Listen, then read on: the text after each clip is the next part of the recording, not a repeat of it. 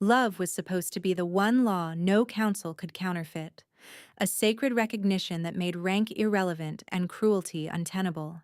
Anastasia Nightshade had believed that as faithfully as she believed in the moon above the stone circle, because belief had been cheaper than hope and less dangerous than pride.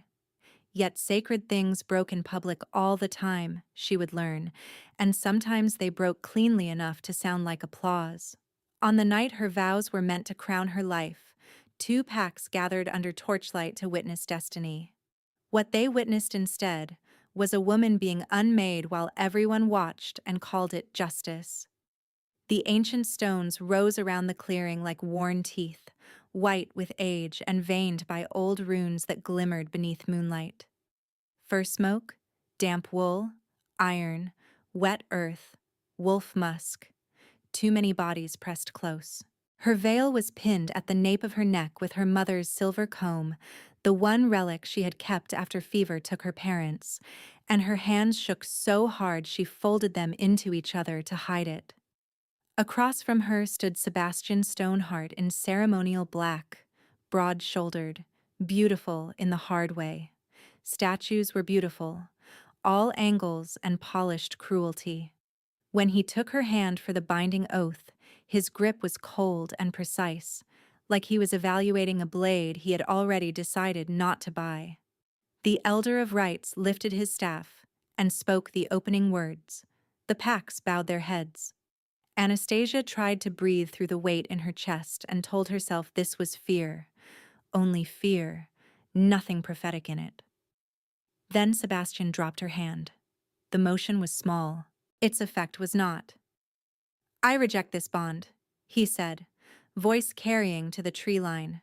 "Before moon and witness, I reject Anastasia Nightshade as mate, Luna, and blood-right consort." A tremor moved through the crowd, not outrage, only interest. Predators scenting a turn.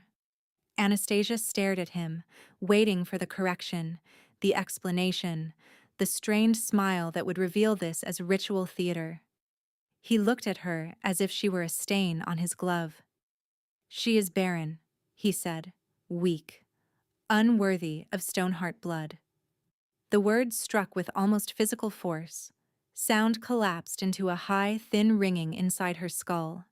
Her body remained upright by habit alone, by years of training herself to be small and composed and useful. She could feel eyes on her from every side, dozens of them, then hundreds as the rival pack guests leaned closer for a better view of her disgrace. "I am not barren," she said, and hated that her voice shook. "You have no healer's verdict. You have no right to name what my body can or cannot do." Sebastian smiled without warmth. Listen to her challenge rank in the middle of a sacred rite. You hear it now, do you not? Defiance where obedience is required. The Elder of Rites did not meet her gaze. Alpha Heir Stoneheart has spoken rejection before lawful witness.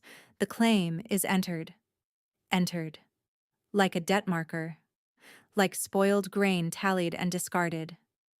One of Sebastian's aunts stepped forward and seized the edge of Anastasia's veil. "Take this off her. She has no right to wear a bride's white." The comb ripped free with a sharp drag through her hair. Someone laughed. Another woman spat near her feet and missed by less than an inch. "Discarded mate stock," a male voice called from the back. "Nightshade rot," another answered. Anastasia bent, reflexively, searching the trampled dirt for the comb. A boot came down on her fingers before she could reach it. Pain flashed bright and immediate. She jerked back, cradling her hand against her chest. Sebastian's gaze remained fixed on the assembly, not on her. By Stoneheart decree, she is barred from inner territory housing, barred from ceremonial halls, barred from pack nursery rotations.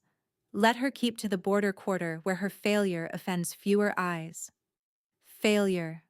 The word followed quickly, eager, passed from mouth to mouth until it became a rhythm. The elder struck the stone with his staff. So witnessed. Anastasia swallowed against nausea and looked once toward the Nightshade delegation bench, toward the cousins who had promised to stand with her if anything turned. Not one moved. Her oldest aunt stared at the ground. Her cousin Mara lifted her chin and gave the tiniest shake of her head, not warning but refusal. Do not come to us. In her mind, a raw litany rose and would not quiet. Stand still. Do not cry here. If you cry, they will call it guilt. If you beg, they will call it proof. Keep breathing. Keep your spine straight. Leave with what remains of your name. She reached for the torn veil, peeled it from the mud, and draped it over her arm like cloth she meant to repurpose later.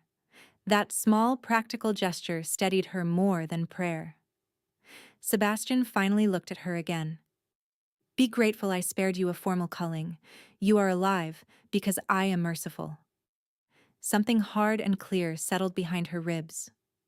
You are afraid, she said quietly. Not merciful. His jaw tightened. For one pulse of time, she thought he might strike her in front of everyone. Instead, he leaned close enough that only she could hear him. You will not survive a month without this pack. When you crawl back, I will set the terms. She met his stare until he stepped away first. No one touched her as she left the circle. Touch would have acknowledged her as a person still bound to shared law. They made a corridor instead, bodies parting with visible disgust, and she walked through torch smoke and laughter and whispers that stuck to her skin like oil. The mountain wind cut through her gown. Her bare shoulders went numb before she reached the outer path. At the gate to inner territory, 2 sentries blocked her way to the residence row, where her small room waited with its cedar chest and folded linens and 1 chipped teacup painted with blue moons. Orders, one said, not unkindly, which made it worse. You do not return there. My tools are inside, she said. Needles, ledger, winter cloak. The second guard shifted, embarrassed. Your things will be sent if approved. By whom? He did not answer. Behind them, her cousin Mara appeared at the edge of lamplight holding Anastasia's satchel between 2 fingers, as if the leather might stain her. She tossed it onto the stones. It landed half open, spilling thread cards and a wrapped heel of stale bread. No cloak, no ledger, no comb. Go before dawn, Mara said. If you linger near the upper den, Stoneheart can charge trespass and have you branded under pack nuisance law. Anastasia stared at her. You stood in my kitchen yesterday and called me sister. Mara's expression did not shift. Yesterday, you had value.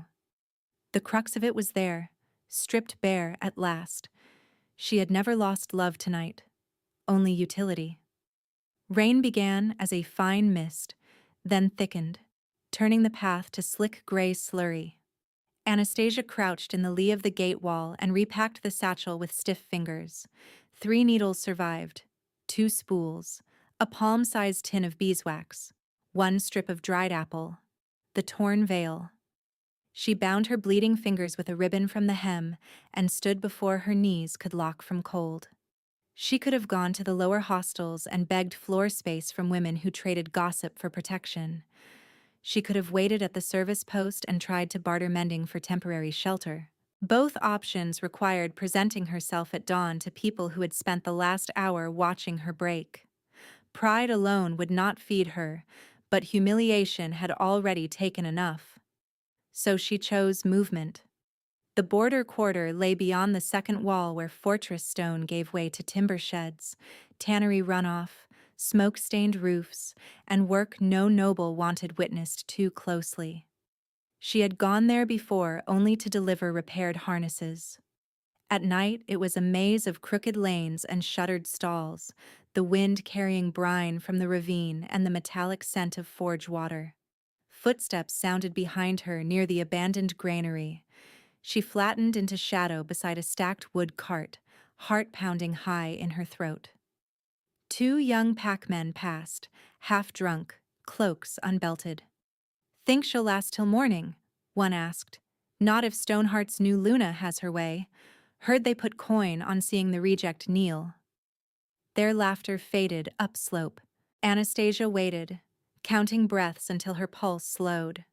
Then she cut through the dye market, hopped a drainage channel, and slipped between shuttered stalls toward the lower quarter.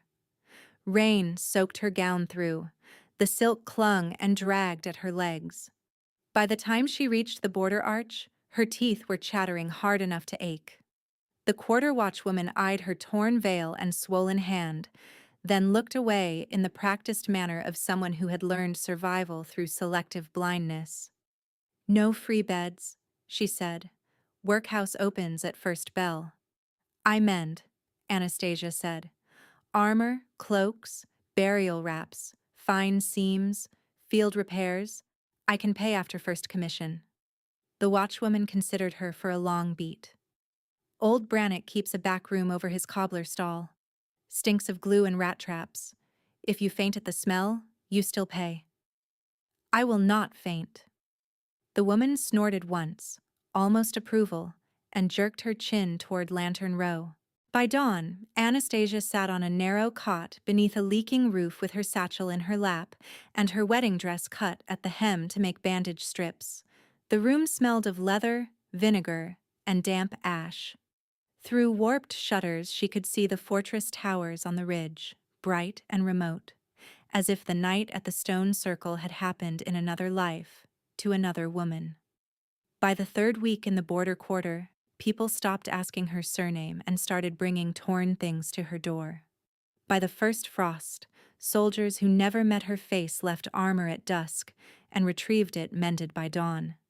She stitched until her knuckles burned, until the pad of her thumb hardened, until hunger and shame became background noise to the clean logic of needle through cloth. She told herself she was done with vows.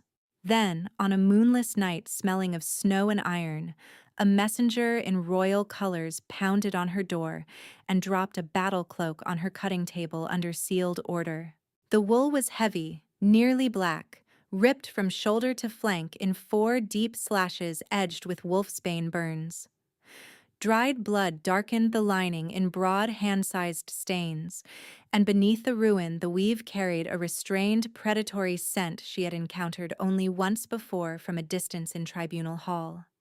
Cold cedar, steel, winter rain. No ordinary warrior survived wounds like these. Her fingers hovered above the torn seam, then moved with a certainty that bypassed thought. She threaded silver filament through wax, whispered the old mender's phrase her mother had taught her, and began setting hidden healing sigils inside the lining where no eye would look, to cover what pain cannot be shown. The final knot tightened under her thumb, and Anastasia pressed the seam flat, breathing through the ache in her wrist. The sigils lay hidden between layers of dark wool, invisible unless someone knew where to unpick. She had just trimmed the last thread when the messenger, who had been pacing her narrow room like a caged hound, stopped and stared at the cloak as if it might bite him.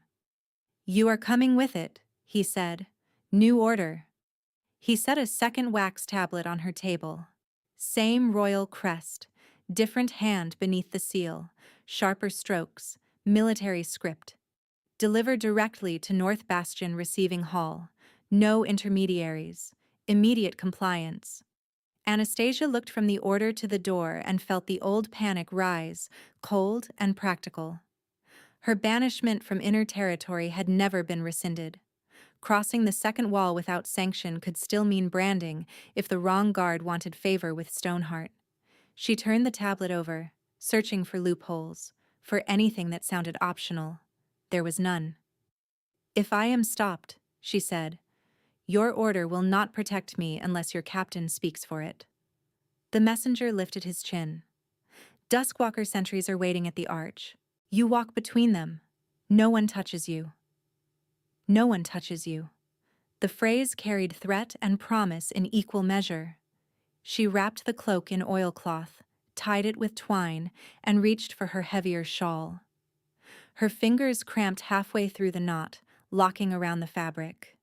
She pressed her thumb into her palm until the joint loosened, then blew out the lamp. Outside, the border quarter had folded into midnight silence broken only by wind-scraping roof slates and the distant grind of mill gears along the ravine. Snow had not fallen yet, but the air tasted like it had made up its mind. She kept her eyes down while they moved through Lantern Row, not from submission, but because she could not afford to read faces tonight. People at windows saw uniforms and drew back. Good. Let them. At the second wall, the guard who had once denied her entry stood beneath a brazier, older in the firelight than she remembered, his beard silvered at the edges. He recognized her immediately. She saw it in the flicker of discomfort, the way his shoulders tightened. Then he saw the seal on the escort's arm and stepped aside without a word. That small, silent movement unsettled her more than insult would have. Power had changed hands somewhere above her sight line, and she had been placed directly in its path. North Bastion rose from the cliff like a carved piece of night, all black stone and narrow windows lit from within by steady amber light. It was older than the fortress she had known, less ornamental, built for weather and siege rather than ceremony. No carved wolves at the gate, no banners boasting lineage, only a crest cut into the archway, a crescent moon crossed by a blade. The sentries wore dark mail with silver stitching at the cuffs, and their faces held the impassive calm of men trained to hold a line long after fear would have broken other packs. Inside, heat struck her cheeks in a dry wave. The receiving hall was wide and spare, a war room made ceremonial only by necessity. Maps weighted with bone markers covered a central table. Spears lined one wall in exact intervals. A low brazier burned near a row of benches. The stone underfoot had been worn smooth by generations of armored boots, and every sound carried, cloth against wool, iron buckle settling, breath. No one laughed, no one whispered. Men and women in duskwalker colors moved with swift efficiency, speaking in short exchanges that seemed to carry entire decisions in 6 words or less.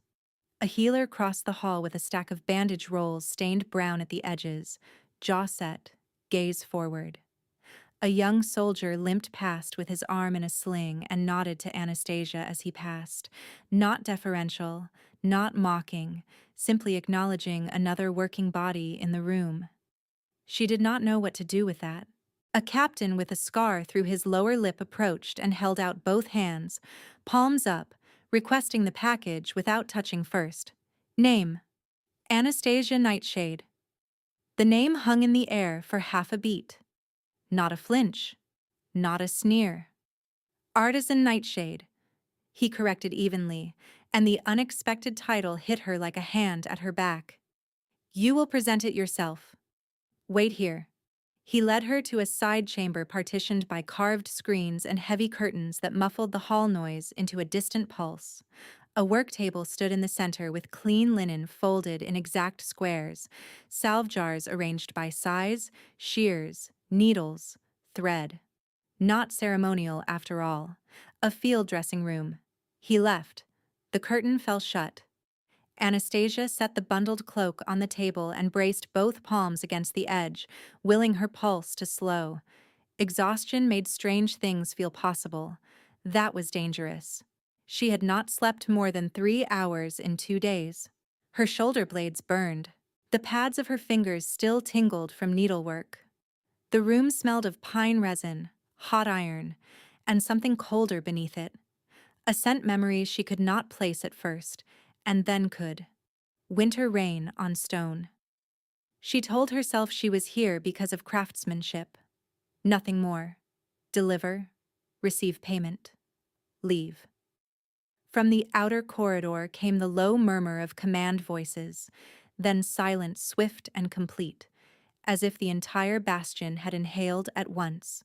Boots approached, unhurried, heavy enough to suggest armor and someone accustomed to being obeyed before he spoke.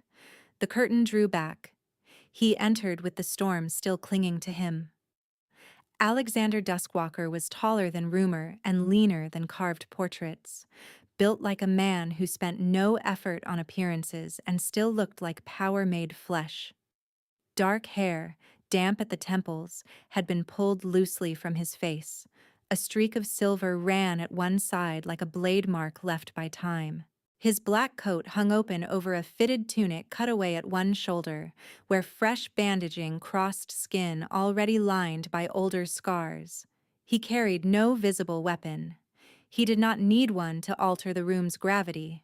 She had seen him once from tribunal distance, a figure on an upper dais with a gaze like frost over deep water. Up close, the coldness read differently. Not cruelty. Control held so tightly it had become a second skeleton. His attention dropped to the package, then lifted to her face. The world narrowed to that single line of sight. Pressure changed first, subtle but undeniable, as if the air had grown denser between one heartbeat and the next. A hot, cold current surged from her sternum to her throat so sharply she had to grip the table to stay upright. Her instincts sharpened until she could count the threads at his cuff, the cadence of his breathing, the precise instant his scent shifted as recognition cut through whatever restraint he lived inside. He halted mid-step. His hand shot out and braced against the work table, fingers splayed beside hers but not touching. The movement was abrupt enough to send a salve jar skidding an inch across wood. Amber bled into his irises, bright as banked metal forced back to flame. Anastasia forgot how to breathe. Every memory of the stone circle came roaring up at once, a tide of humiliation and disbelief, and the brutal lesson that sacred bonds could be weaponized by men with rank. Her mind reached for distance, for logic, for any argument that would hold. Exhaustion, proximity to power, nerves. None of it explained the near-audible snap she felt in her chest, like a cord drawn taut for years finally finding its anchor. Not again, she thought, with a terror so old it felt inherited. Not this way. Not where I cannot run. His expression cracked, not into possession, but into stunned, almost pained wonder. He drew one rough breath, then another, as if relearning lungs. When he spoke, his voice was low and frayed at the edges, each word weighed against disbelief. Centuries of silence, and the moon chose now. The statement should have sounded grand, theatrical, ridiculous in a dressing room smelling of liniment and wool. Instead, it landed with the force of truth admitted against will. Anastasia's throat worked around a reply that would not form. Heat pulsed beneath her skin in erratic waves. The pulse at her neck hammered hard enough to hurt. She wanted to step back. She wanted to step forward. She wanted to tear every window open and run until dawn. She wanted, with equal ferocity, to place her hand over the scar at his shoulder and feel whether his skin ran cold or burning. Desire and dread braided so tightly she could not separate one from the other. He seemed to sense the war in her before she did. Deliberately, visibly, he removed his hand from the table and took one step back, increasing the distance between them. The choice steadied the room by degrees. "I will not touch you without consent," he said. Simple words, no vow language, no claim, no demand. Yet they struck deeper than any formal oath she had heard in a sacred circle. She swallowed and forced her fingers to release the table edge. "This cloak," she managed, voice thin at first, then firmer, was delivered with emergency seal. "I repaired structural damage and reinforced the lining." His gaze moved to the bundle, then back to her, still bright with that molten amber that had not faded. "You altered the inner seam." Not accusation, observation from someone who missed nothing. "I added Mender's sigils," she said, bracing for reprimand. "For pain control and tissue knitting. Hidden. They can be removed, if unauthorized." A long beat passed. In the corridor outside, footsteps resumed, someone calling for bandage inventory. Ordinary sounds returning as if the bastion itself had decided not to shatter tonight. Alexander reached for the package slowly, giving her time to flinch if she needed. She did not. Their fingers brushed through the oilcloth tie, and the contact sent a bright tremor up her arm into her chest. Not pain, not comfort. Simply undeniable. He felt it too. She saw the minute tightening at his jaw, the careful discipline with which he did not close his hand over hers. When he unwrapped the cloak, the room filled with the scent of rain-soaked wool and iron. He turned it once, found the repaired tears, then slid his thumb along the inner seam where her hidden stitches lay. The runes answered faintly under his skin, a low silver shimmer that vanished before it could be called spectacle. His pupils shifted, the predator surfacing for one fierce instant, then receding under command. "Who taught you these sigils?" he asked, still looking at the seam, "and why hide them where no healer would find them unless he looked for mercy first?" Her laugh came out sharper than intended, a brittle edge she could not soften. "Because men in command halls call pain weakness until it takes their arm. Hidden stitches keep warriors alive long enough to keep their pride." At that, his mouth moved as if around an old wound, almost a smile, almost grief. He lifted his gaze to hers again, and the bond's pull tightened, not crushing, but inescapable, like tide against stone. Outside, a bell rang once to mark the deepest hour of night. Neither of them looked away. A knock at the frame snapped the spell of stillness. The scar-lipped captain stood beyond the curtain, waiting for command, gaze fixed on a point above Anastasia's shoulder. Alexander folded the cloak once, precise and unhurried, and set it on the table between them as if anchoring a decision. "It holds," he said, "better than before." Anastasia nodded, then reached for her satchel. When she curled her hand around the strap, a cramp seized hard across her fingers. The pain made her inhale sharply despite herself. Alexander's attention dropped to her hand. "How many hours did you sew before this delivery?" She almost said none of your concern, because that had kept her alive for months. Instead, she chose accuracy. 16, perhaps 18. Burial wraps came in before dusk.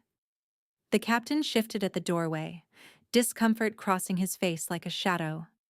Alexander did not look away from her hand. "You will be paid triple emergency rate for this commission. Captain Ilian will escort you through both walls." "I did not ask for favor." "This is not favor. It is compensation for skilled labor under war seal." His voice stayed level, but iron sat beneath it. "If anyone contests your passage, they answer to me." He stepped back farther, giving her clear path to the exit, then called for a scribe to witness payment and transfer. No private bargaining, no closed-door pressure, no hand at her wrist steering her where he wanted. The restraint was so deliberate she could feel it as clearly as touch. As she left, he said, quieter, "If the hand locks again, do not force it through the stitch. You will tear the tendon."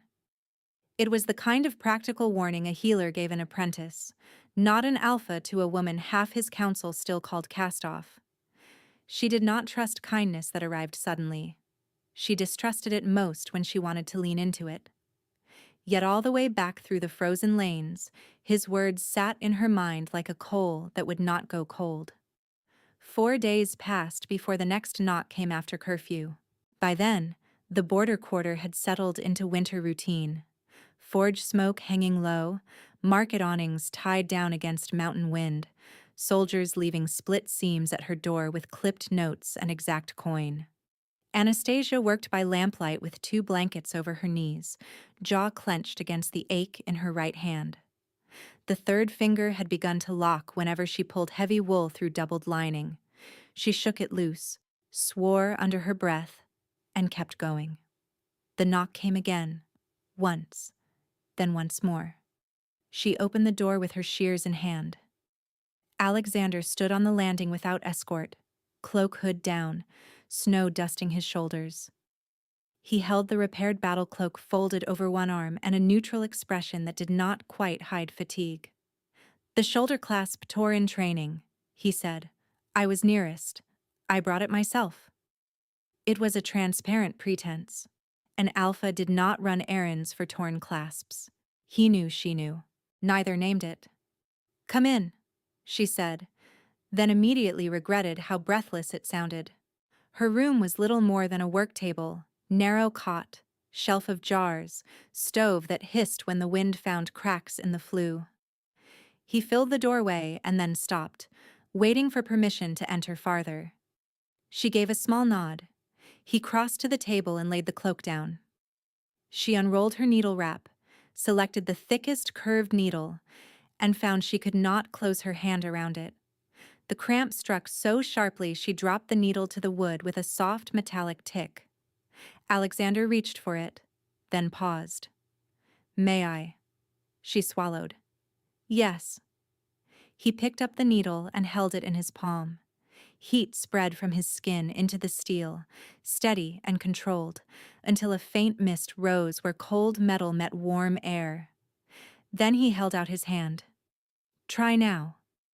Anastasia took it. The warmth eased the lock in her fingers enough for the joint to move without tearing pain. She tested the flex, startled by the difference. "There is mountain salve in your market," he said, tone still casual enough to pass as conversation. "Blue jar, cedar cap. Ask for tarn root blend."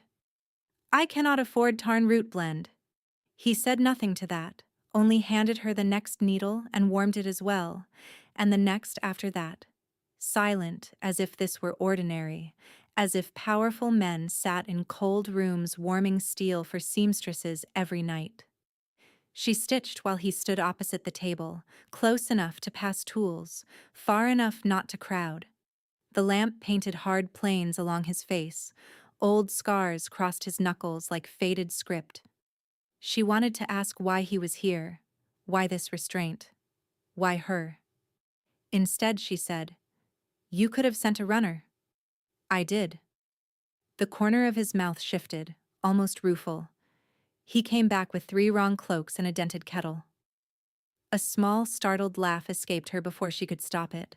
It felt rusty, unpracticed, real. When the clasp was mended, he took the cloak, inclined his head, and left with no lingering demand, no invocation of bond, no request for gratitude. After he had gone, Anastasia barred the door and returned to the table. A blue jar with a cedar cap sat beside her beeswax tin, still cold from outside. No note, no crest, no claim. That should have made it easier to dismiss. It made it harder. Storm came 2 nights later, hard enough to rattle shutters and kill half the quarter lamps in a single gust. Darkness rolled through Lantern Row, broken only by lightning and the occasional flare of a relit torch. Anastasia had just banked her stove when chanting drifted up from the lower street, voices carrying from a moonrite held under awnings despite the weather. The cadence was wrong for any rite she wanted to hear. Too close to the rejection litany, too close to staff strike rhythm on stone. Her lungs tightened as if a belt had been cinched around her ribs. The room tipped, narrowed. She set one hand on the table and found the wood too far away, then too near. Sound doubled. Rain on slate became applause. Chanting became that night, that circle, that old command to stand still while your life is stripped in public. "I am here," she told herself, present tense and desperate. "I am in my room. I am not in the circle. I am breathing." Her body did not believe her. A fist struck the door once, then stopped. No pounding, no shouted order. Through the storm she heard Alexander's voice, low and clear. "Anastasia, it is me. May I enter?" She could not answer. He waited through 2 breaths, 3, then the latch lifted slowly. He stepped in, closed the door against the wind, and took in the room with one sweep of his gaze, her shaking hands, the overturned stool, the untouched cup on the table. He did not come closer. Instead, he lowered himself onto the stool by the far wall, forearms on his knees, eyes level with hers across the distance. "Look at me if you can," he said. "If not, listen. In for 4, hold for 2, out for 6. He breathed the count himself audibly, giving her a metronome to follow.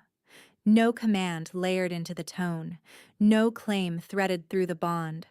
Only rhythm, patient and unbroken while thunder rolled and street voices rose and fell.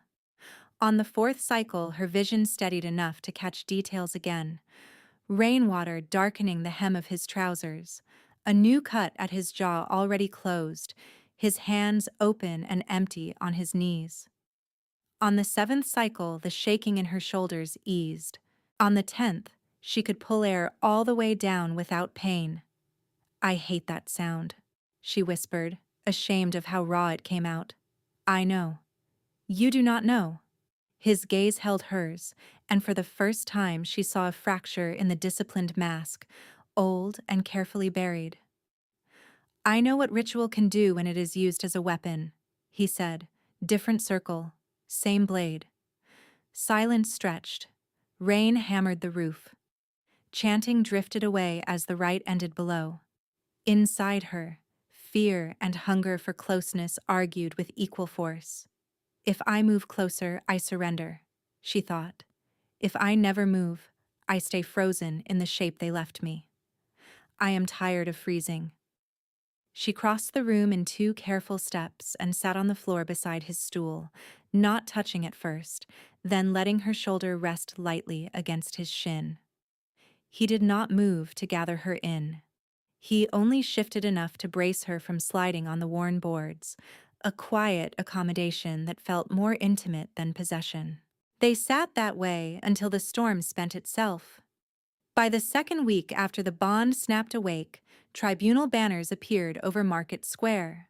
The hearing platform had been erected between the tanners and the grain sellers, a temporary dais draped in pack colors and sanctimony. Nobles in winter furs occupied the front benches, while artisans stood behind rope lines, hats in hand, waiting to hear which livelihoods would be trimmed for political convenience. Anastasia arrived with her ledger pressed to her chest and a summons tablet naming review of trade licensure for impropriety under ceremonial law. Impropriety. The word meant whatever powerful mouths needed it to mean. Council Clerk Varon called her name with theatrical volume. Anastasia Nightshade, petitioned by Stoneheart household and allied signatories for suspension of stitching license pending curse inquiry and unauthorized rune practice. A murmur moved through the crowd. "Discarded mate stock," someone said from the noble bench, not quite under her breath. Another voice followed, male and amused. "Keep her from the nursery wards. I heard her touch Carrie's blight." Anastasia felt heat rise under her skin, not shame this time, anger edged and clean. She stepped to the witness mark and opened her ledger with hands that did not shake. Varon lifted a palm to silence her before she spoke. "Given credible concern over contamination and bond coercion rumors, this tribunal may suspend your practice until moon end." "On whose authority?" Alexander's voice cut through the square from the rear aisle, carrying without effort. Heads turned in a wave. He walked forward in plain dark leathers, no ceremonial cloak, no crown, only the crescent and blade seal at his throat, and 2 sentries at distance. His presence changed the geometry of the crowd. Men who had sprawled back now sat upright without deciding to. Varon swallowed. "Alpha Duskwalker, this is a civic matter." "It is an artisan right matter," Alexander said, stepping onto the platform's lower stair but not above Anastasia's mark. "Under Fortress Code 9, artisans under my personal seal are protected from suspension without evidentiary hearing and direct testimony.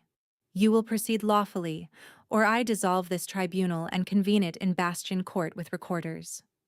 A noblewoman in Stoneheart silver leaned forward. "Since when does an Alpha King shelter rejects and stitch girls?" Alexander turned his head slightly, and the temperature of the square seemed to drop. "Since I recognized value where others mistook cruelty for governance." The woman looked away first. Anastasia waited for him to take over, to deliver a ruling and end it with rank. He did not. He stepped behind her, one pace back, close enough that she could feel steady heat at her spine, and said quietly for her alone, "The floor is yours." The invitation hit harder than any defense he could have offered. She lifted her ledger and faced the council table. "You claim curse, sickness, and unauthorized practice. Here are my commissions, dates, signatures, and payments for 6 months. Here are military repair orders under royal seal. Here are healer attestations that no patient treated in garments I repaired showed contagion pattern beyond winter fever rates. Here are statements from quartermasters that my stitchwork reduced field losses from seam failure." She turned pages one by one, each line an hour she had survived without their mercy. "Regarding rune practice," she continued, voice gathering strength, "mender sigils are legal for battlefield textiles under emergency clause, provided they are non-binding and non-coercive. Mine are documented, inspected, paid for. If this tribunal wishes to charge me, state the statute aloud so every apprentice in this square learns whether law is real or decorative." No one answered for 3 breaths. 5. Varen cleared his throat and conferred in frantic whispers with the clerks. The Stoneheart signatories avoided looking at the evidence pile growing on the table. At last he announced, strained, "License remains active pending no further complaint under valid statute." Not victory trumpets, not apology, but law, spoken in public, with her name attached to competence rather than disgrace. As the crowd began to break, a young apprentice from the dye stalls slipped through the rope line and pressed a folded scrap into Anastasia's hand. "Thank you," the girl whispered, eyes bright with relief before darting away. Alexander stayed where he was until the square cleared enough for safe passage. Then, with no audience left to impress, he held out her worn glove where she had dropped it beside the witness mark. She took it and met his gaze. The bond between them still frightened her, still carried the memory of weaponized vows, still demanded more courage than she was certain she possessed. Yet beneath the fear, a wall she had not known she built began to crumble, stone by stone, not from force, but from repeated proof. "Walk me back to Lantern Row," she said. His answer was simple, immediate, and gentler than any oath. "Yes." They descended the tribunal steps together and turned into the narrow lane that led toward Lantern Row, where packed snow had already begun to crust along the gutter stones. Alexander kept half a pace to her left, not crowding, not scanning her like property, yet every passerby who recognized him moved aside as if an invisible cord had drawn a boundary around them. Anastasia told herself the warmth at her back came from walking uphill in winter wool. It did not. At the mouth of Miller Cut, a herald in Stoneheart silver stepped from an alcove and raised a staff across their path. "Legal service," he announced, voice too loud for the empty lane, as though he wanted windows to open and witnesses to collect. "For Anastasia Nightshade, formerly pledged under Stone Circle Covenant to Sebastian Stoneheart." Alexander did not bare his teeth or raise his voice. He simply looked at the staff until the herald lowered it. "Read it," he said. The herald thrust a sealed packet toward Anastasia with 2 fingers, avoiding skin contact. The wax-carried Stoneheart's crest overlaid by the council knot. Her stomach tightened before she broke it. The parchment inside was thick, formal, and old enough in language to feel like a trap before she reached the second line. Petition of reclamation under blood contract continuance, subsection widow debt, and failed issue clause. She read it once, then again, because the words were so archaic they almost passed for absurd. Sebastian claimed a dormant family contract signed by her late uncle after her parents died, binding her future mating rights to Stoneheart oversight in exchange for debt relief during a famine winter. Because the public rejection had occurred prior to successful consummation and issue, he argued the original contract remained enforceable as property transfer under corrective guardianship. He demanded she be returned to Stoneheart residence until council adjudication. Property transfer, corrective guardianship. The lane seemed to tilt. That statute was buried after the Ash rebellions, Alexander said, taking the parchment only when she offered it. It survived an archive because cowards never destroy useful cruelties. The herald swallowed but held his ground. Council Elder Marrow accepted review, hearing at moonrise tomorrow in the inner forum. Failure to appear may be interpreted as admission. Interpreted by whom? Anastasia asked, finding her voice by force. Men who still think a woman's body can settle a dead uncle's ledger. The herald's eyes flicked toward the upper windows. I deliver. I do not argue. He backed away, bowed stiffly to Alexander, and vanished up the lane. For a long moment, neither of them moved. Wind pushed powder across the stones in thin white ribbons. Somewhere beyond the wall, a bell marked the quarter hour. He wants me on a leash in public, Anastasia said. Not because he believes this contract will stand, because he wants everyone to watch me dragged. Alexander folded the document with surgical precision. A primary consideration is leverage. If he cannot own your choice, he will try to own the process around it. She turned to him sharply. Tell me the truth. Could they grant it? Under lawful reading, no. Under a frightened council, with Marrow shaping the room, non-trivial harm could still be done before we overturn it. His gaze settled on her face, steady and unflinching. Come to North Bastion tonight. We pull the original archive copy, names, signatures, witness chain. If he forged the debt schedule, we expose it before hearing. She should have refused. Going deeper into his orbit meant standing where every enemy could see the line between them. Yet the alternative was walking blind into a legal snare built by men who counted on her ignorance. I will come, she said. They resumed walking, and this time, when the wind shoved hard through the lane, her shoulder brushed his arm. He adjusted without comment, absorbing the shove so she kept her footing. The gesture was so unadorned it hurt. In her mind, thought moved in present tense, immediate and unsparing. I know what it costs to be grateful to powerful men. Gratitude becomes debt. Debt becomes silence. Silence becomes a collar you call safety. I know this pattern.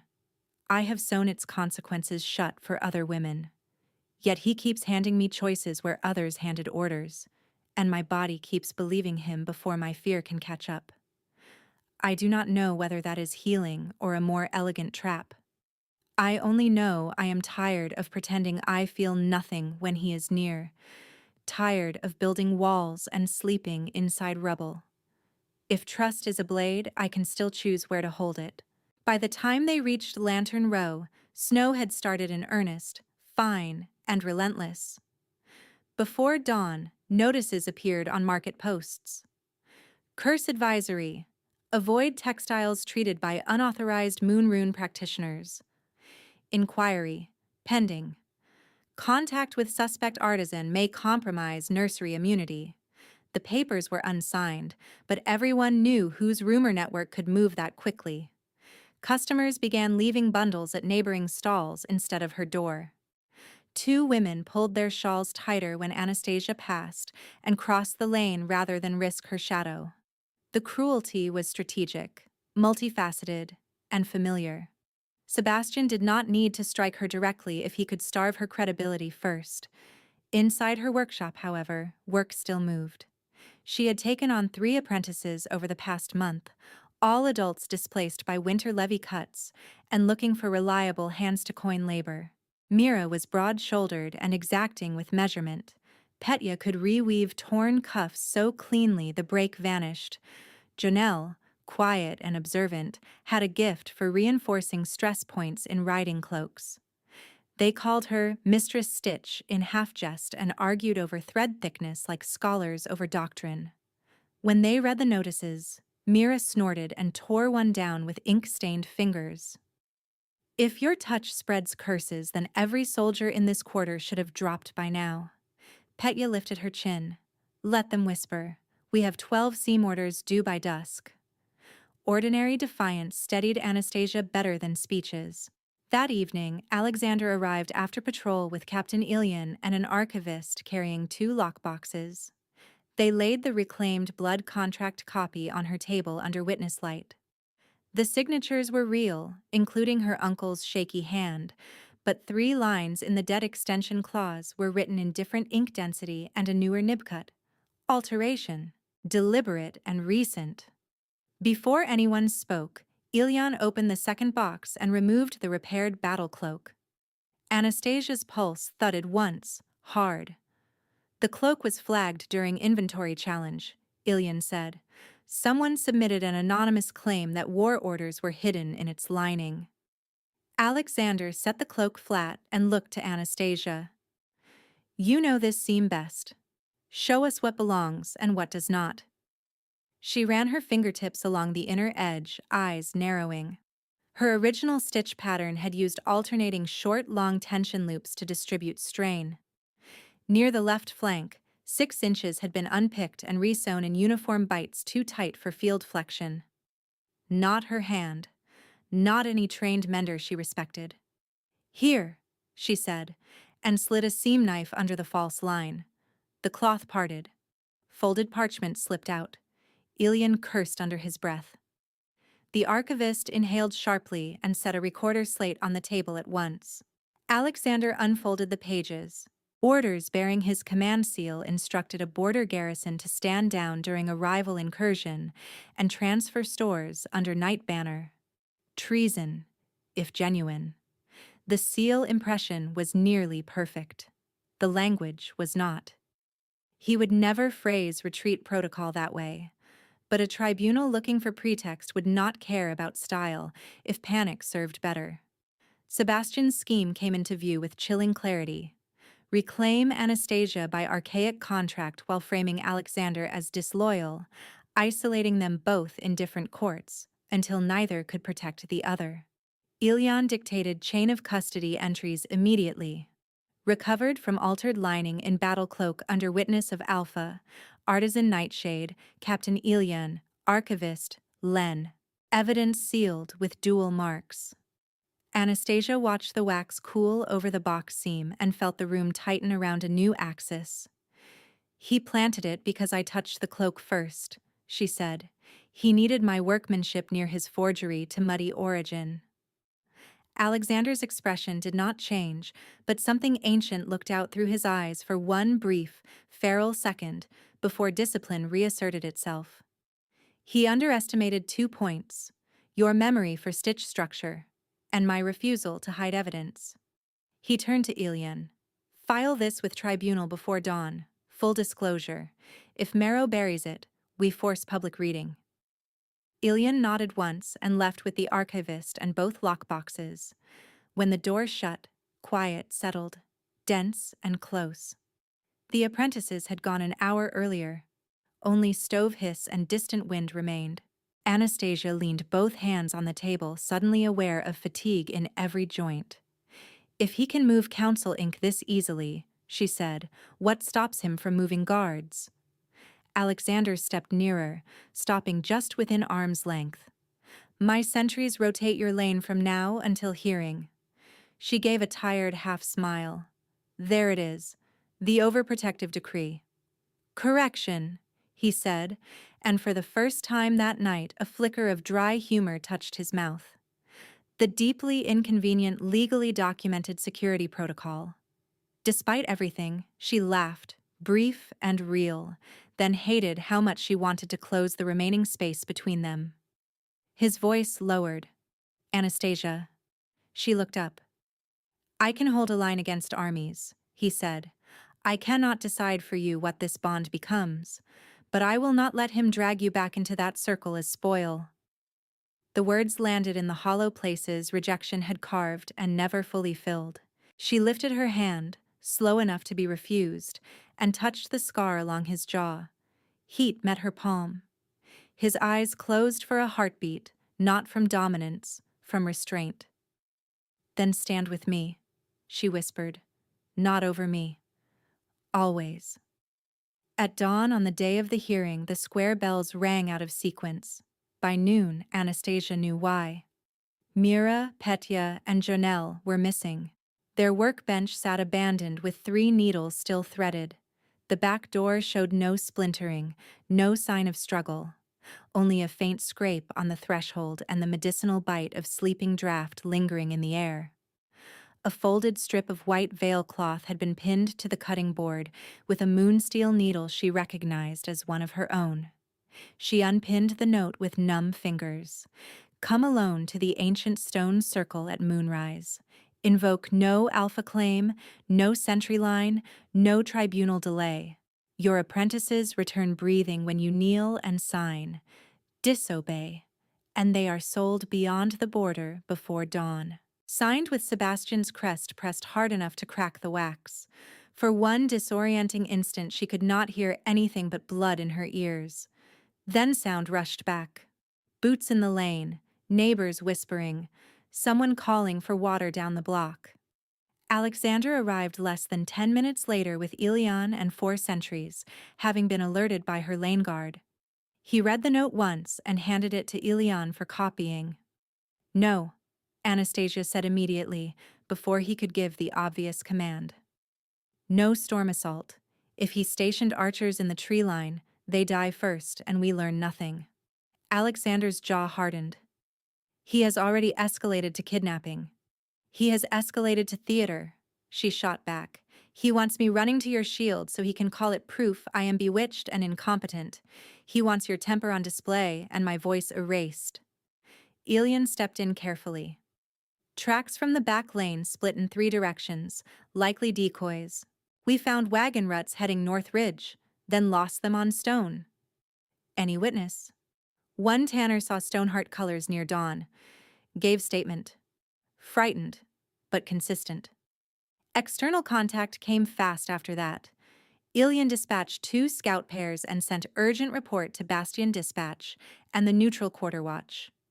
The watch captain's reply returned within the hour, terse and evasive.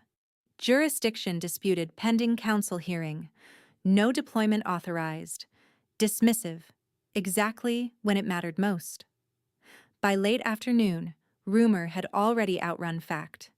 In the grain queue, 2 men argued that Anastasia had staged the disappearance to manipulate the Alpha. At the pump, a woman hissed that curse sickness followed her apprentices because they handled moon-marked cloth. Sebastian's poison moved through the city like smoke, hard to catch, harder to prove. Inside the workshop, sunlight thinned to iron gray. Alexander stood over the map table while Elian marked probable holding routes. Anastasia stared at the pinned veil strip, memory and instinct grinding against each other until a single line emerged with brutal clarity. He chose the stone circle on purpose, she said, not just for symbolism. Trial law still applies there under full moon witness. Alexander looked up slowly. You are thinking of severance. I am thinking of ending this where he began it. The room went still. A runner burst in then, breath clouding in the cold, and dropped to one knee. Report from Scout Pair East Ridge. No visual on captives, but they found Stoneheart sign cut into birch near the old ritual path. Fresh. Deliberate. Moonrise would come in less than 3 hours. Alexander stepped toward her. Every line of him pulled taut between command and fear. If you go, you do not go unguarded.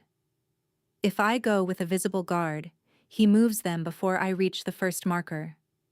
She met his gaze and felt the bond pull like a live wire, fierce and steady. He built this to force me into either surrender or chaos.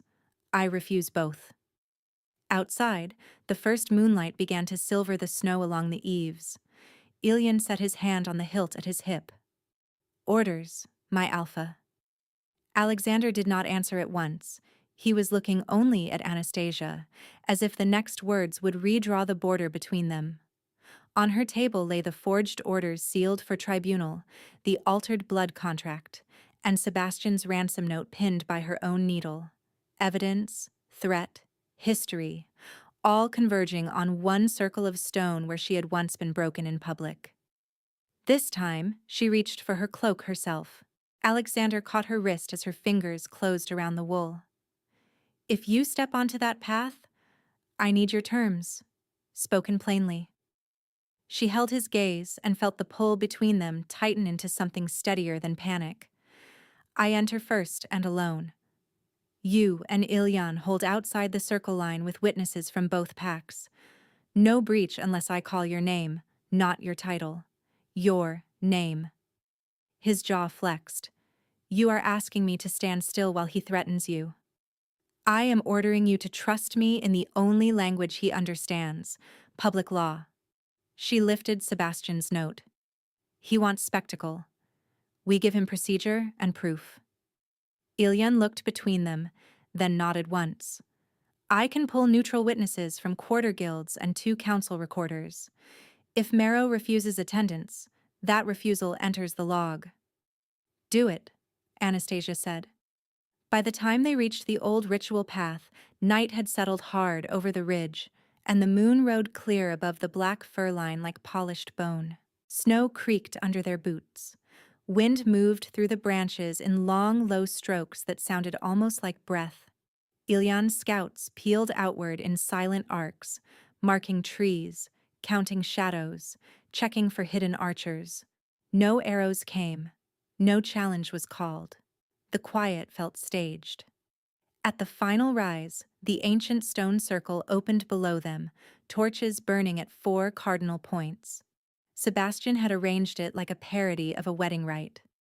White cloth hung from 2 stones. A ceremonial staff stood planted at center. 3 figures knelt near the western marker with hands bound, hoods over their heads, shoulders shaking with cold and fury. Mira, Petya, Jonelle, alive. Anastasia exhaled once, slow, and started down the slope. Sebastian stepped from behind the central stone wearing formal black, beneath a winter cloak trimmed in silver wolf fur, as if he had dressed for honor instead of extortion. 2 Stoneheart enforcers flanked him. More waited beyond torchlight, partly concealed among the rocks. His smile spread when he saw her come alone. I knew you would remember your place, he called. Kneel, sign, and your little workshop family walks free before midnight. She stopped at the circle boundary, boots touching the carved ring where old runes glimmered under frost. Remove their hoods. He gave a lazy flick of his fingers. The enforcers obeyed. Mira spat at his boots. Petya's left cheek was bruised. Janelle's lip was split, but his eyes were clear and furious. Sebastian tilted his head. They were difficult. You trained them badly. Anastasia stepped over the boundary and felt the circle wake beneath her soles, cold power threading upward through stone and bone. You chose sacred ground to force a private surrender. That is your first mistake. His expression thinned. Your first mistake was believing you ever had the right to refuse me. Movement flickered along the ridgeline. Ilyan and the neutral witnesses took position where all could see them. Guildmasters in heavy cloaks, 2 recorders with slate boards, a gray-robed ritual keeper from the quarter shrines. Alexander stood just outside the northern marker, still as carved iron, amber lit at the center of his gaze. He did not step in. Sebastian's attention snapped to him and back to her. Ah, there he is, hiding behind legal theater while he steals what belongs to another pack. Anastasia drew the repaired battle cloak from her shoulders and held it across both forearms, dark wool catching moonlight at the edges. Under moon witness and boundary law, I invoke trial of severance. A ripple of shock moved through every throat in the clearing. Even Sebastian blinked once, then laughed. You cannot invoke what you are too weak to survive. Record the invocation, she said to the ritual keeper without looking away from Sebastian. The keeper raised his staff. Invocation heard. Trial stands if blood witness is presented. Sebastian's smile sharpened into contempt. Good. Then everyone can watch you fail twice in the same circle. He stalked forward, boots grinding frost, and tossed a parchment toward her feet. Sign reclamation, Anastasia. You were promised under debt contract. You were rejected as mate, yes, but never released as property. You come back to Stoneheart custody tonight. She did not pick up the parchment. Speak that sentence again for the record, every word. He spread his arms for the witnesses. You were mine before this began. You remain mine now. Mira lunged against her bindings with a raw shout. One enforcer struck her shoulder with the shaft of his spear to force her down. Anastasia's vision narrowed to a hard, bright line. No, she said, and the word rang against stone. She laid the cloak on the central staff base, turned the inner seam toward the moon, and slid her moonsteel seam knife under the precise section she had marked earlier, with 3 tiny tension stitches only a mender would notice. Wool parted. Hidden layers opened. Folded papers slipped free and fluttered once in the wind, before she caught them. Blood witness, she said. She sliced her thumb, let 3 drops fall across the documents, and raised them high. Moonlight struck the ink. Signatures flared with a faint blue sheen where fresh moon ink had been used to imitate archival seals. Ilyan's voice cracked across the clearing. Recorder mark, forged war orders recovered from altered cloak seam, moon ink variants visible. The 2 recorders wrote so fast their slates clicked. Sebastian's face drained, then hardened. Forgery planted by Duskwalker to frame me. She is his puppet. Anastasia turned one page and read aloud the false command line in a clipped, carrying tone. Retreat all Ridge sentries at second bell and transfer stores to unmarked wagons under dark banner. This protocol does not exist in Duskwalker code. Captain Ilyan. Confirmed, Ilyan answered. Language is fabricated. She unfolded the second sheet, exposing the altered blood contract extension clause with mismatched ink and nib marks. And here is your reclamation basis, amended long after my uncle's death. Different hand, different pen, same hunger. Sebastian's restraint snapped. He lunged, hand reaching for her throat. Anastasia slammed her palm over the inner seam sigils stitched into the cloak hem and spoke the mender's phrase backward, the way her mother once warned never to use except to stop a predator in sacred space. Silver thread light erupted from the wool in narrow bands, whipping around Sebastian's wrists and torso. He snarled as his body jolted mid-shift, muscles locking while claws half-formed and stopped, trapped between man and wolf by rune and boundary. The crowd reeled back. Torches guttered in the surge. He strained against the bindings, teeth bared. You stitched a trap. I stitched a safeguard, she said, breathing hard, shoulders squared. You wore it willingly. One band snapped under the force of his shift, another held. He tore an arm free and charged anyway, dragging broken light like chains through snow. Alexander moved at the edge of the circle, every instinct in him coiled to strike. Anastasia threw up her hand toward him without turning. Hold! The command cracked like a whip. He froze outside the line, chest heaving once, then stilled, honoring her word in front of both packs. Sebastian hit her with enough force to drive her back 3 steps. She dropped low, rolled past his second grab, and came up with the moonsteel needle she had taken from the ransom note still tucked in her sleeve. He swung for her shoulder. She caught his wrist with both hands and twisted, using his momentum to pull him across the etched boundary groove where the severance runes burned brighter under blood witness. Silver lines shot up from the stone and wrapped his legs. He roared and slammed a fist into the ground, cracking frost. You think law makes you strong? He spat. I made you. I broke you. No one wanted you until he scented you. Anastasia stood directly in front of him, hair wild in the wind, breath clouding in short bursts. Her voice did not shake. You named me nothing. I name you oathbreaker, liar, and enemy of this pack. He laughed through his teeth. You were mine before he looked at you. She stepped in, close enough that he had to meet her eyes. I was never yours, only afraid.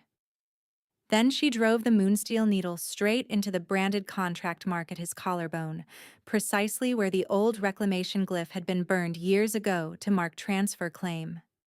Light detonated outward in a clean, blinding ring, The brand split with a sound like ice shearing off stone.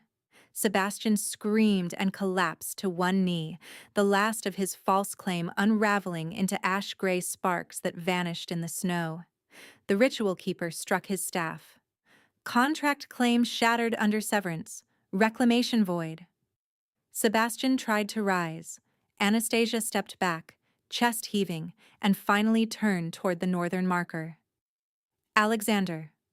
He crossed the boundary in one stride that looked almost slow until he was suddenly there, between Sebastian and everyone else. His eyes were fully feral now, amber bright enough to cast color on the snow. He spoke to Sebastian in a voice flat as drawn steel. Sanctioned duel for treason, abduction, and ritual coercion. One strike. Sebastian gathered himself for a final rush, half-shifted and reckless, hatred burning hotter than strategy. She will leave you too, he snarled. They all do. Alexander did not answer. He met the charge, pivoted, and drove a single controlled blow to Sebastian's sternum with the heel of his palm, power-focused, not theatrical. Sebastian flew backward across the boundary line and hit the outer stones hard, air leaving him in a harsh grunt. He tried to rise again, failed, and stayed down, conscious but beaten, claim broken, rank gone in the silence that followed. Ilian entered with 4 sentries and iron chain collars etched for deposed alphas. They bound Sebastian's wrists and throat while he cursed, voice cracking with disbelief more than pain. You cannot exile Stoneheart blood, he rasped. The ritual keeper faced the witnesses. By trial outcome, witness treason evidence and sanctioned duel result. Sebastian Stoneheart is stripped of rank and cast beyond the border under chain law until council ratifies permanent banishment. Ratification will be filed before dawn, Ilian said. Escort leaves at first light. Mira, Petya, and Janelle were cut free and staggered toward Anastasia, who caught Mira first and then all 3 in a clumsy, shaking knot of arms and breath and relief. Petya laughed once, breathless and disbelieving. Janelle wiped his face with his sleeve and muttered, Mistress Stitch just took down an alpha with a needle. I am never arguing about seam allowances again. A ragged, stunned sound moved through the gathered crowd, then steadied into something new. Not pity, not gossip, not fear. Respect forming in real time.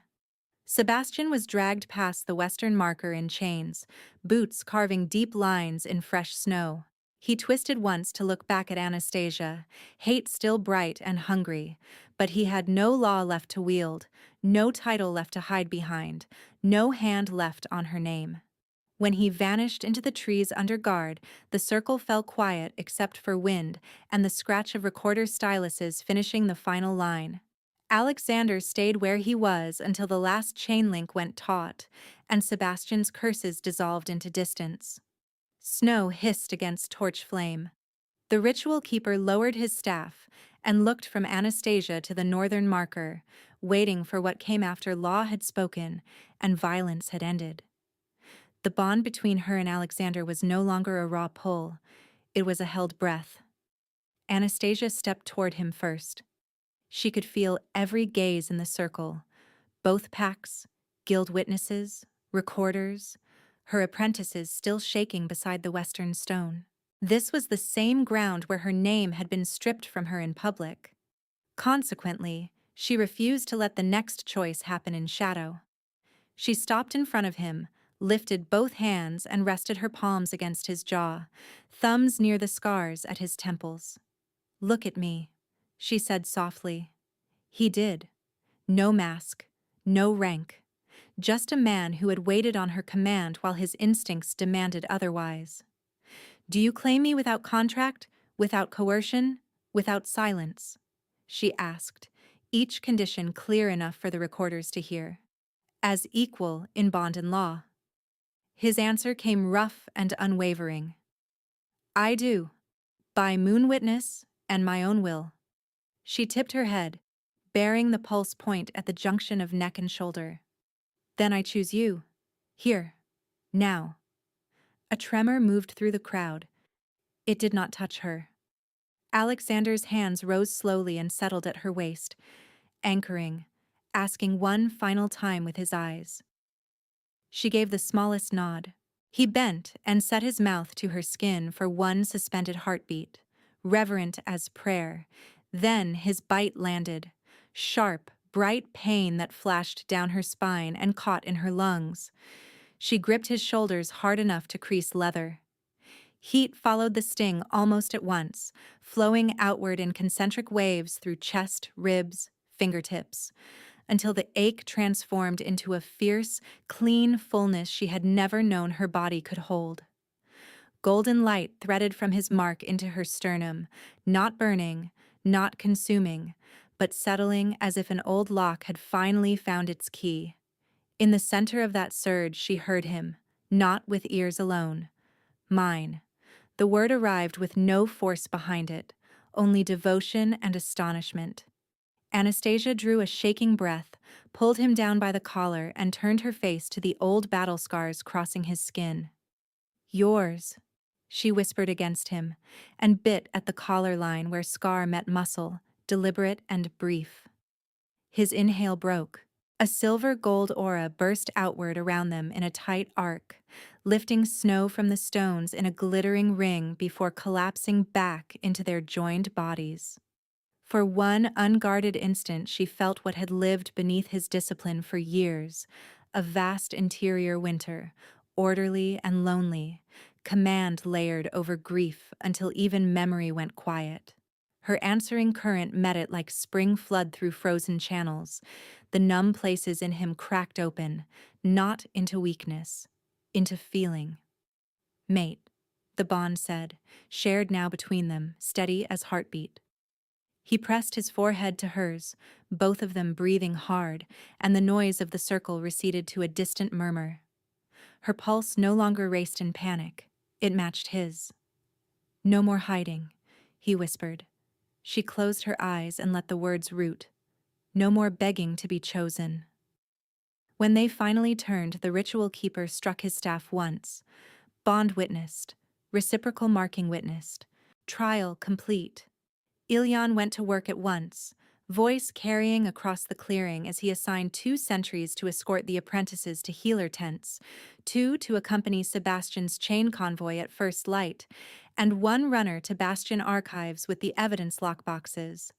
The forged war orders, the altered blood contract, and Sebastian's ransom note were entered under joint seal before anyone could bury them. Archivist Len arrived before dawn with reagent lamps and confirmed Moon Ink tampering on all disputed lines, his findings copied to both recorders and guild councils. The neutral watch captain who had refused deployment sent a hurried protest at sunrise. By the same morning, that refusal was read into council minutes beside the kidnapping log and dismissed jurisdiction reply. He kept his post, but not his discretion. He was placed under oversight by Fortress Tribunal vote. Marrow tried once to stall ratification by arguing ritual irregularities. Varen, pale and sweating over his own ledgers, read the witness chain aloud anyway. Invocation, blood witness, evidence recovery, sanctioned duel, rank stripping, exile transfer. Marrow's objection failed in open count. By first light on the next day, Sebastian Stoneheart crossed the outer border in iron under guard, witnessed by Ilyan, the ritual keeper, and 2 guild observers. Exile was entered as permanent after noon review. Mira, Petya, and Janelle returned to the workshop with healer wraps and hot broth, furious at being confined to bed and alive enough to complain loudly about it. That alone felt like grace. 3 days later, under a full council quorum in the Great Forum, Anastasia stood at the base of the dual thrones while rain tapped the high windows and every major pact seal hung above the dais. She wore dark wool edged in silver thread she had stitched herself. Her mark was visible at her throat. No veil covered it. Alexander remained beside her, not ahead. The Covenant clerk read the new statute in a voice that shook only once. No rejected mate could be reclaimed by debt contract, lineage clause, or council workaround. All mate bonds required explicit public consent from both parties. Coercive ritual invocation carried rank forfeiture penalties. Artisan licenses could not be suspended by rumor petition without evidentiary hearing. The framework altered more than her case. It changed the underlying balance of power.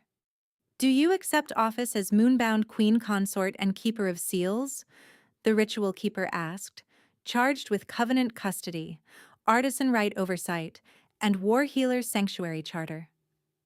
Anastasia looked across the chamber. At the guild rail, Mira stood with her arm in a sling, chin lifted. Petya held Janelle back from speaking out of turn by a fistful of his sleeve.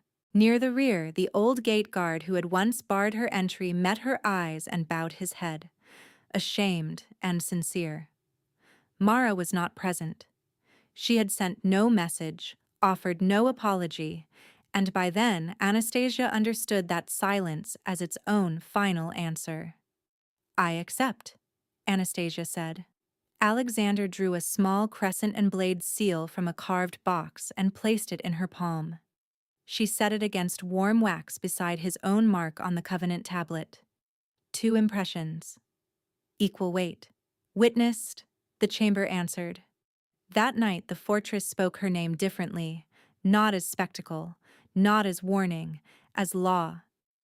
Weeks later, on a quiet evening in North Bastion, snow gathering soft along the outer parapets, Anastasia sat by the fire with Alexander's new battle cloak spread across her knees. The cloth was unbloodied, heavy, and finely woven. She stitched reinforcement at the shoulder seam while he sat on the bench behind her, one arm around her waist, forehead resting against her marked shoulder exactly where he could feel the slow rhythm of her breath. He had learned to bring reports to this room without turning it into a war table.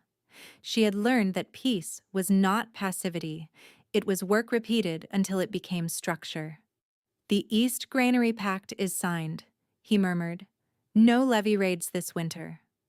She tied off a thread and smiled. "Then we can convert the old lower barracks to a healer dormitory by thaw. And the nursery wing plans." She turned her head enough to catch his profile in firelight. "Still planning to argue with me about window placement?" "I have surrendered on windows," he said, a dry note in his voice. "I remain firm on roof pitch." She laughed, set the needle aside, and covered his hand with hers over the curve of her abdomen, where new life had begun to quicken, protected, wanted, unquestioned. His breath caught, then steadied.